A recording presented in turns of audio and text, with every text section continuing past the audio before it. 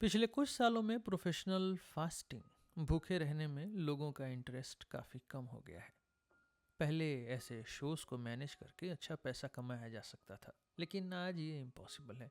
अब दुनिया अलग है। एक टाइम था जब पूरे शहर को हंगर आर्टिस्ट में इंटरेस्ट था। रोज एक्साइटमेंट बढ़ती थी। हर कोई उसे दिन में एक बार देखना चाहता था। कुछ लोग लास्ट फ्यू डेज के टिकट्स खरीद लेते और सुबह से रात तक उसके छोटे केज के सामने बैठे रहते। रात को भी विजिटिंग आवर्स होते, जब टॉर्च की रोशनी में सब कुछ और भी ड्रामेटिक लगता था। अच्छे वेदर में केज बाहर रखा जाता। बच्चों के लिए ये स्पेशल ट्रीट होता था, हंगर आर्टिस्ट को देखना। बड़े लोग इसे सिर्फ फैशन का मजाक समझते, लेकिन बच्चे हैरान होकर एक दूसरे का हाथ पकड़कर देखते रहते। जब वो काले कपड़ों में हड्डियां निकली हुई भूसे पर बैठा रहता, कभी पोलाइटली सिर हिलाता, मजबूर मुस्कान के साथ सवालों का जवाब देता, या कभी बार्स के बीच से अपना पतला हाथ बाहर निकालता ताकि लोग चेक कर सकें कितना पतला है, फिर अपने आप में खो जाता। किसी को नहीं देखता, केज में रखी क्लॉक को भी नहीं, बस खाली स्पेस में घूरता रहता, हाफ क्लोज्ड आंखों से। कभी कभी पानी की छोटी ग्लास से हाथ गीला करता। नॉर्मल व्यूवर्स के अलावा परमानेंट वॉचर्स भी होते थे, पब्लिक द्वारा चुने हुए, यूजुअली कसाई, बुचर्स, और उनका काम था हंगर आर्टिस्ट को दिन रात देखना। 3 लोग एक बार में, कहीं वो चुपके से कुछ खा न ले। यह सिर्फ फॉर्मेलिटी थी, पब्लिक को यकीन दिलाने के लिए, क्योंकि एक्सपर्ट्स जानते थे कि वो कभी नहीं खाएगा। जबरदस्ती भी नहीं, उसके प्रोफेशन की इज्जत का सवाल था। हर वॉचर ये बात नहीं समझ पाता था, हर सुपरवाइजर। रात के वॉचर्स अक्सर अपनी ड्यूटी में लेजी होते और एक कॉर्नर में कार्ड्स खेलते रहते, ताकि हंगर आर्टिस्ट को कुछ खाने का चांस मिल जाए, जो उन्हें लगता था कि वो किसी सीक्रेट जगह से निकालता होगा। कोई चीज आर्टिस्ट को इतना परेशान नहीं करती थी जितना ये वॉचर्स। वो उसे मिजरेबल फील कराते, उसका फास्ट अनबियरेबल लगता। कभी कभी वो अपनी कमजोरी पर कंट्रोल करके उनके सामने गाने लगता, ये दिखाने के लिए कि उनका शक गलत है, पर इससे कोई फायदा नहीं होता। उन्हें लगता वो गाते हुए भी कुछ खा लेता है। उसे वो वॉचर्स ज्यादा पसंद थे जो बार्स के पास बैठे रहते, हॉल की डिम लाइट से सेटिस्फाई नहीं होते और उसे इम्प्रेसारियो की दी हुई इलेक्ट्रिक टॉर्च से देखते रहते। ब्राइट लाइट उसे डिस्टर्ब नहीं करती, वैसे भी वो ठीक से सो नहीं पाता था, और किसी भी लाइट में किसी भी टाइम थोड़ा सा ड्राउज कर लेता। चाहे हाल कितना भी नॉइजी क्यों न हो, वो खुश होता था ऐसे वॉचर्स के साथ रात बिताने में। उनके साथ जोक्स शेयर करता, अपने नोमेडिक लाइफ की कहानियां सुनाता, कुछ भी करता उन्हें जगाए रखने के लिए और ये दिखाने के लिए कि उसके केज में कोई खाना नहीं है और वो ऐसा फास्ट कर रहा है जैसा कोई नहीं कर सकता। लेकिन उसका सबसे खुश मोमेंट सुबह होता, जब उसके लिए बड़ा ब्रेकफास्ट आता उसके खर्च पर, जिसे वो हेल्दी आदमियों की तरह रात भर जागने के बाद खाते। कुछ लोग कहते थे कि ब्रेकफास्ट वॉचर्स को ब्राइब करने की कोशिश थी, पर यह ज्यादा हो गया, और जब उन्हें बिना ब्रेकफास्ट के रात की ड्यूटी करने को कहा जाता, सिर्फ दिखाने के लिए, तो वो गायब हो जाते, पर अपने शक पर अड़े रहते। एनीवे, ये शक, ये सस्पिशंस तो फास्टिंग प्रोफेशन का हिस्सा थे। कोई भी हंगर आर्टिस्ट को कॉन्टिन्यूसली दिन रात नहीं देख सकता था, इसलिए कोई फर्स्ट हैंड प्रूफ नहीं दे सकता था कि फास्ट पूरे टाइम स्ट्रिक्ट था। सिर्फ आर्टिस्ट खुद जानता था ये सब, इसलिए वही एक फुल्ली सेटिस्फाइड व्यूअर था अपने फास्ट का। लेकिन दूसरे रीजन से वो कभी सेटिस्फाई नहीं था। शायद सिर्फ फास्टिंग की वजह से नहीं हुआ था वो इतना पतला कि लोग उसके शो से दूर रहने लगे, क्योंकि उसे देखना मुश्किल था उनके लिए। शायद खुद से असंतुष्टि, डिससेटिस्फैक्शन ने उसे कमज़ोर किया था, क्योंकि सिर्फ वो जानता था, जो कोई और नहीं जानता, कि फास्टिंग कितनी आसान थी। दुनिया का सबसे आसान काम था ये, वो ये बात छुपाता नहीं था, पर लोग बिलीव नहीं करते थे। बेस्ट केस में उसे विनम्र समझते। ज़्यादातर लोग सोचते थे कि वो पब्लिसिटी के लिए या फिर कोई चीटर है जिसने फास्टिंग को इजी बनाने का तरीका ढूंढ लिया है और फिर ये बात ओपनली एक्सेप्ट भी करता है। उसे ये सब सहना पड़ता था और समय के साथ आदत पड़ गई थी, पर अंदर की डिससेटिस्फेक्शन हमेशा थी और अभी तक। किसी भी फास्ट के बाद ये उसकी अचीवमेंट थी। उसने खुद से केज नहीं छोड़ा। फास्टिंग का लॉन्गेस्ट टाइम उसके इम्प्रेसारियो ने 40 डेज फिक्स किया था। इससे ज़्यादा अलाउड नहीं था, बड़े शहरों में भी नहीं, और इसके पीछे कारण था। एक्सपीरियंस से पता चला था कि 40 दिन तक पब्लिक की इंटरेस्ट एडवर्टाइजमेंट से बढ़ाई जा सकती थी, लेकिन उसके बाद शहर की इंटरेस्ट कम होने लगती, सपोर्ट गिरने लगता। हर शहर और देश में लोकल डिफरेंसेस थे, पर जनरली 40 दिन लिमिट थी। तो 40वें दिन पे फूल सजा केज खोला जाता, एक्साइटेड व्यूवर्स हॉल में आते, मिलिट्री बैंड बजाती, 2 डॉक्टर्स केज में रिजल्ट्स चेक करने आते जो मेगाफोन से अनाउंस होते, और फाइनली 2 यंग लेडीज आती, इस ऑनर के लिए सिलेक्ट होने से खुश, हंगर आर्टिस्ट को नीचे टेबल तक लाने में हेल्प करने, जहाँ स्पेशल इनवैलिड मील रेडी रहती। और एग्जैक्टली इसी टाइम पे आर्टिस्ट जिद्दी हो जाता। हाँ, वो अपने हड्डी जैसे हाथ लेडीज के हेल्प करने के लिए आगे बढ़ाते, पर खड़ा नहीं होता। इस पर्टिकुलर टाइम पे फास्टिंग क्यों बंद करे? 40 दिन के बाद इतने टाइम से कर रहा था, अनलिमिटेड टाइम, अब क्यों रोके जब वो बेस्ट फास्टिंग फॉर्म में था? या एक्चुअली अभी तो बेस्ट फॉर्म में आया भी नहीं था। उसे क्यों फेम से रोका जाए जो उसे लॉन्गर फास्टिंग से मिलती, न सिर्फ all time record hunger artist बनने के लिए, जो वो प्रोबेबली था ही, पर अपना खुद का रिकॉर्ड तोड़ने के लिए ह्यूमन इमेजिनेशन से परे परफॉर्मेंस देकर, क्योंकि उसे लगता था कि उसकी फास्टिंग कैपेसिटी की कोई लिमिट नहीं थी। उसकी ऑडियंस, उसकी पब्लिक उसे कितना एडमायर करती थी, फिर भी इतना इम्पेशेंट क्यों? अगर वो ज़्यादा फास्ट कर सकता है तो पब्लिक क्यों नहीं देख सकती? प्लस वो थका हुआ था, स्ट्रॉ में कंफर्टेबल था, और अब उसे फुल हाइट में खड़ा होना था और खाना खाने जाना था, जिसके बारे में सोचने से ही उसे उल्टी जैसा होता था, जो वो सिर्फ लेडीज की वजह से कंट्रोल करता, वो भी मुश्किल से। और वो उन अपरेंटली फ्रेंडली पर रियल में क्रूल लेडीज की आंखों में देखता और अपना भारी सर कमजोर गर्दन पर हिलाता। लेकिन फिर वही हुआ जो हमेशा होता था। इम्प्रेसारियो आगे आया, बिना कुछ बोले। बैंड की वजह से बोलना इम्पॉसिबल था। आर्टिस्ट के ऊपर हाथ उठाया, जैसे हेवन को इनवाइट कर रहा हो अपने क्रीचर को देखने के लिए स्ट्रॉ में। ये सफरिंग मार्टिर जो वो था, पर दूसरे सेंस में। उसकी पतली कमर को एग्जेजरेटेड कॉशन से पकड़ा ताकि उसकी कमजोर कंडीशन समझ में आए, और उसे डर रही लेडीज के केयर में दे दिया, सीक्रेटली उसे हिलाकर, जिससे उसकी पैर और बॉडी हिलने लगी। आर्टिस्ट अब फुल्ली सबमिट हो गया। उसका सर छाती पे गिर गया जैसे एक्सीडेंटली। बॉडी खोखली थी, पैर सेल्फ प्रिजर्वेशन के लिए घुटनों से चिपकी हुई, फिर भी जमीन पे घिस रही थी, जैसे ये सॉलिड ग्राउंड नहीं है, जैसे सॉलिड ग्राउंड ढूंढ रही हो। और पूरे बॉडी का वेट, जो पंख जैसा हल्का था, एक लेडी पे गिर गया जो हेल्प के लिए देख रही थी और थोड़ा हंस रही थी। ये ऑनर पोस्ट बिल्कुल वैसा नहीं था जैसा उसने सोचा था। पहले अपनी गर्दन जितनी हो सके उतनी स्ट्रेच की ताकि फेस कम से कम आर्टिस्ट से दूर रहे। फिर जब ये इम्पॉसिबल लगा और उसकी लकी कंपेनियन ने हेल्प नहीं की, सिर्फ आर्टिस्ट की हड्डियों जैसी उंगलियां पकड़ी, स्पेक्टेटर्स की खुशी के लिए रोने लगी और उसे एक रेडी खड़े अटेंडेंट से रिप्लेस करना पड़ा।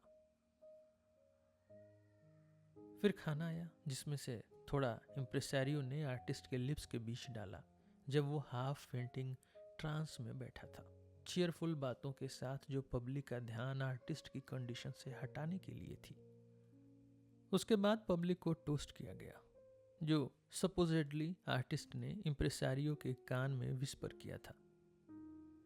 बैंड ने पावरफुल फ्लोरिश से कंफर्म किया, स्पेक्टेटर्स चले गए और किसी को प्रोसीडिंग से कोई प्रॉब्लम नहीं थी, सिर्फ हंगर आर्टिस्ट को, सिर्फ उसे, जैसे हमेशा।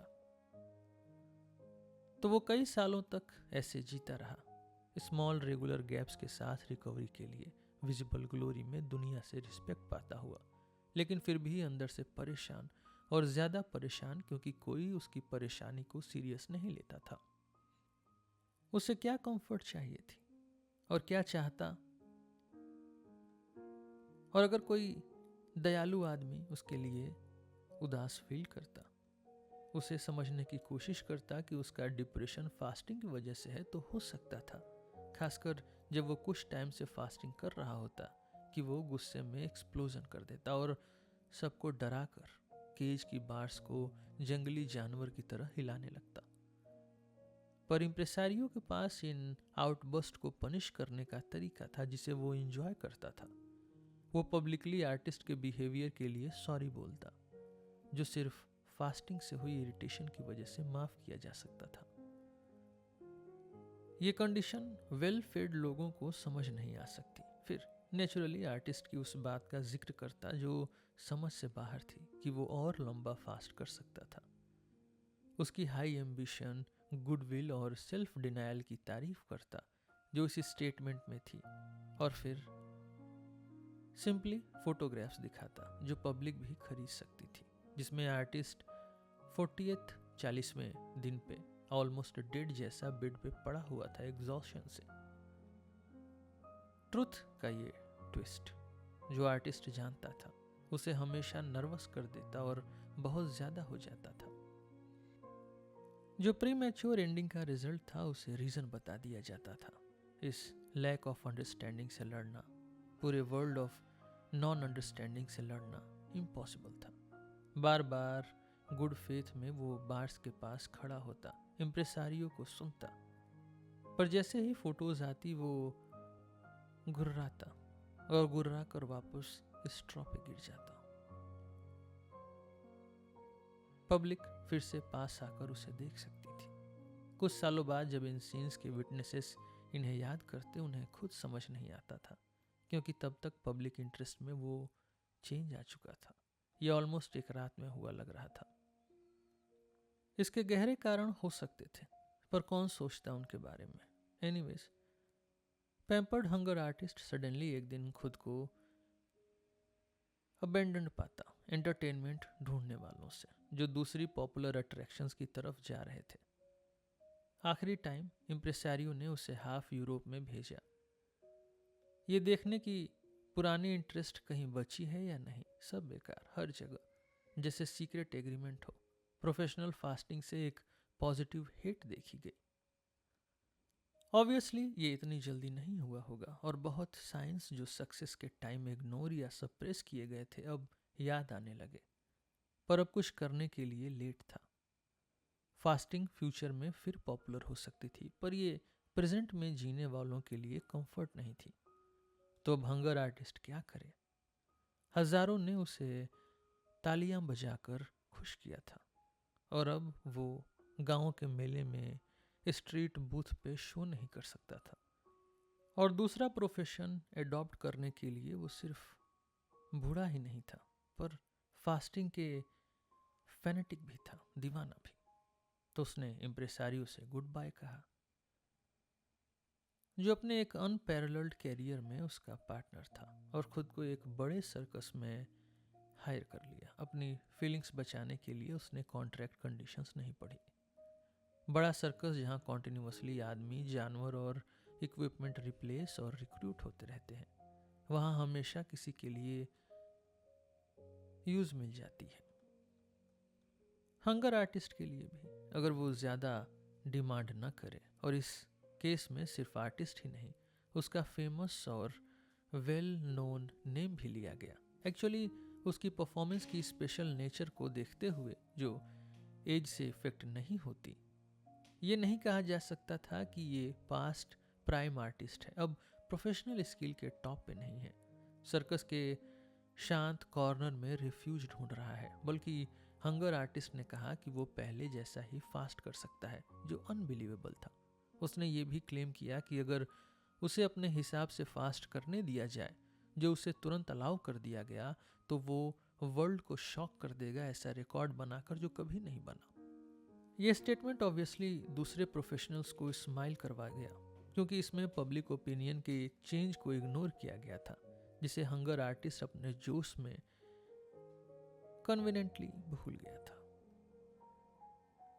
लेकिन उसने रियल सिचुएशन समझने की एबिलिटी नहीं खोई थी, और नॉर्मल समझ की उसे और उसके केज को रिंग के सेंटर में मेन अट्रैक्शन की जगह एनिमल्स के केजेस के पास बाहर रखा गया, जो आसान जगह थी एक्सेस के लिए। बड़े और रंगीन प्लेकार्ड केज के अराउंड लगे थे, जो बताते थे कि अंदर क्या देखा जा सकता है। जब पब्लिक इंटरवल्स में एनिमल्स देखने आती, वो हंगर आर्टिस्ट के केज से बिना गुजरे नहीं रह सकती थी और एक मोमेंट के लिए रुकती। शायद वो और भी रुकते अगर पीछे वाले उन्हें ढकेल के आगे न जाने वाले होते। और यही कारण था कि हंगर आर्टिस्ट, जो ऑब्वियसली विजिटिंग आवर्स को अपनी लाइफ के मेन अचीवमेंट माना करता था, अब इनसे डरने लगा। पहले वो इंटरवल्स का वेट नहीं कर पाता था, भीड़ को अपनी तरफ आते देखना एक्साइटिंग था। लेकिन जल्दी ही कितना भी सेल्फ डिसेप्शन करे, उसे रियलाइज हुआ कि ये लोग ज्यादातर उनके बिहेवियर से बार बार चिड़ियाघर की तरफ जा रहे थे। दूर से फर्स्ट साइट बेस्ट होती थी, क्योंकि जब वो लोग उसके केज के पास पहुंचते तो दो ग्रुप्स की चीख पुकार से वो बहरा हो जाता, जो लगातार चेंज होती रहती थी। एक ग्रुप उनका जो रुकना चाहते थे, जिनसे वो अब नफरत करने लगा था, वो भी रियल इंटरेस्ट से नहीं बल्कि जिद के लिए, और दूसरा ग्रुप जो सीधा एनिमल्स के पास जाना चाहता था। जब पहली रश खत्म होती तो बाकी लोग आते, ये लोग जिन्हें देखने से कोई नहीं रोक सकता था जब तक उनकी सांस चलती, बिना देखे फास्ट स्पीड में निकल जाते थे चिड़ियाघर टाइम पे देखने के लिए। बहुत रेयर होता था जब उसे लकी मोमेंट मिलता, जब कोई फैमिली मैन अपने बच्चों के साथ रुकता, हंगर आर्टिस्ट की तरफ पॉइंट करता, डिटेल में समझाता कि ये क्या है, पहले के सालों की ज़्यादा इंटरेस्टिंग परफॉर्मेंसेस की स्टोरीज बताता। बच्चे अभी भी कंफ्यूज्ड, क्योंकि स्कूल में या बाहर उन्हें इस लेसन के लिए प्रिपेयर नहीं किया गया था। उन्हें फास्टिंग, उन्हें भूख से क्या लेना देना था। पर उनकी रोशन और इंटरेस्टेड आंखों से पता चलता कि अच्छे टाइम्स आ सकते हैं। शायद हंगर आर्टिस्ट अक्सर सोचता, अगर उसका केज चिड़ियाघर से थोड़ा दूर होता तो चीज़ें बेहतर होती। अभी लोगों के लिए चॉइस बहुत आसान थी, ऊपर से चिड़ियाघर की खुशबू, रात को एनिमल्स की आवाज़ें, मीट के टुकड़े जो कार्निवोर्स के लिए ले जाते थे, फीडिंग टाइम पे रोर करना, ये सब उसे लगातार डिप्रेस करता था। पर वो मैनेजमेंट से कंप्लेंट करने की हिम्मत नहीं करता। आफ्टर ऑल एनिमल्स की वजह से ही इतने लोग उसके केज से गुजरते थे, जिनमें से कोई एक इंटरेस्टेड हो सकता था, और कौन जाने उसे कहाँ भेज देंगे अगर वो अपने एग्जिस्टेंस के बारे में बात करे। ये बताते हुए कि स्ट्रिक्टली स्पीकिंग वो चिड़ियाघर के रास्ते में एक रुकावट है, एक छोटी रुकावट जो लगातार कम होती जा रही थी। लोग इस अजीब आइडिया से फेमिलियर हो गए थे कि आजकल के टाइम में उन्हें एक हंगर आर्टिस्ट में इंटरेस्ट लेना चाहिए, और इस फेमिलियरिटी के साथ उसके खिलाफ सबूत आ गए। वो जितना चाहे फास्ट करे, और वो करता भी था, पर अब उसे कुछ नहीं बचा सकता था। लोग उसके पास से निकल जाते थे। किसी को फास्टिंग की आर्ट समझाने की कोशिश करो, जो इसे फील नहीं करता उसे समझाया नहीं जा सकता।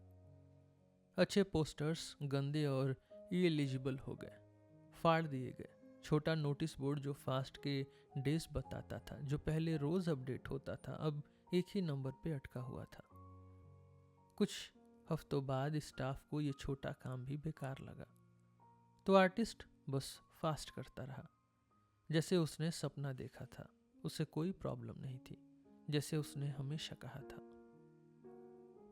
पर कोई दिन काउंट नहीं करता था, कोई नहीं। आर्टिस्ट खुद भी नहीं जानता था कि वो कौन से रिकॉर्ड्स तोड़ रहा है, और उसका दिल भारी हो गया जब कभी कोई फ्री टाइम वाला पासर बाय रुकता, पुराने बोर्ड नंबर्स पे हंसता और धोखा कहता। तो ये दुनिया की सबसे स्टूपिड झूठ थी, जो इनडिफरेंस और नेचुरल बड़ाई से निकली थी। क्योंकि हंगर आर्टिस्ट धोखा नहीं दे रहा था, वो ईमानदार काम कर रहा था, पर दुनिया उसे उसके रिवॉर्ड से धोखा दे रही थी। और दिन बीते और ये भी खत्म हुआ। एक दिन सुपरवाइजर की नज़र केज पे पड़ी और उसने अटेंडेंट से पूछा कि ये अच्छा केज डर्टी स्ट्रॉ के साथ क्यों वेस्ट पड़ा है। किसी को नहीं पता था, जब तक एक आदमी को नोटिस बोर्ड की हेल्प से हंगर आर्टिस्ट याद नहीं आया। उन्होंने स्टिक से स्ट्रॉ को पोक किया और उसे उसमें पाया। क्या तुम अभी भी फास्ट कर रहे हो? सुपरवाइजर ने पूछा। कब रुकोगे? मुझे माफ करो सब लोग, हंगर आर्टिस्ट ने विस्पर किया। सिर्फ सुपरवाइजर, जिसका कान बार्स के पास था, उसे समझ पाया। ऑफ कोर्स, सुपरवाइजर ने कहा, और अटेंडेंस को बताने के लिए अपनी उंगली से अपने माथे को टैप किया कि आदमी किस स्टेट में है। हम तुम्हें माफ करते हैं। मैं हमेशा चाहता था कि तुम मेरी फास्टिंग की तारीफ करो, हंगर आर्टिस्ट ने कहा। हम करते हैं, सुपरवाइजर ने फ्रेंडली टोन में कहा, पर तुम्हें तारीफ नहीं करनी चाहिए, हंगर आर्टिस्ट ने कहा। ठीक है, फिर हम नहीं करते, सुपरवाइजर ने कहा। पर क्यों नहीं करनी चाहिए? क्योंकि मुझे फास्ट करना पड़ता है, मैं रोक नहीं सकता, हंगर आर्टिस्ट ने कहा। तुम कैसे इंसान हो? सुपरवाइजर ने कहा। और क्यों नहीं रोक सकते? क्योंकि, हंगर आर्टिस्ट ने कहा, अपना सर थोड़ा उठाकर और अपने होठों को टेढ़ा करके। सुपरवाइजर के कान में बिल्कुल पास से बोला, ताकि कोई शब्द न खोए। क्योंकि मुझे वो खाना नहीं मिला जो मुझे पसंद था। अगर मुझे मिलता, बिलीव मी, मैं कोई ड्रामा नहीं करता और तुम्हारी या किसी और की तरह पेट भर के खाता। ये उसके आखिरी शब्द थे, पर उसकी धुंधली आंखों में ये पक्का यकीन था कि वो अब भी फास्ट कर रहा है। अब इसे साफ करो, सुपरवाइजर ने कहा, और उन्होंने हंगर आर्टिस्ट को स्ट्रॉ के साथ दफना दिया। केज में उन्होंने एक यंग पैंथर डाल दिया। सबसे इनसेंसिटिव लोग भी रिफ्रेश फील करते थे इस वाइल्ड क्रीचर को उस केज में कूदता देखकर, जो इतने टाइम से बोरिंग था। पैंथर ठीक था, उसे जो खाना पसंद था वो अटेंडेंट्स बिना हेजिटेशन लाते थे। उसे फ्रीडम की कमी भी नहीं लगती थी। उसका शरीर, जो ज़रूरत की हर चीज़ से भरा हुआ था, फ्रीडम को भी अपने साथ लेकर चलता था। उसके पंजों में कहीं फ्रीडम छुपी हुई थी। जीवन का आनंद इतने पैशन से उसके गले से निकलता था कि दर्शकों के लिए उसे झेल पाना मुश्किल था। आज के लिए बस इतना ही। हम फिर मिलेंगे आपसे एक नए एपिसोड में एक नए टॉपिक के साथ। मेरा नाम है रोहित और आप सुन रहे थे सिलेबस विद रोहित। धन्यवाद।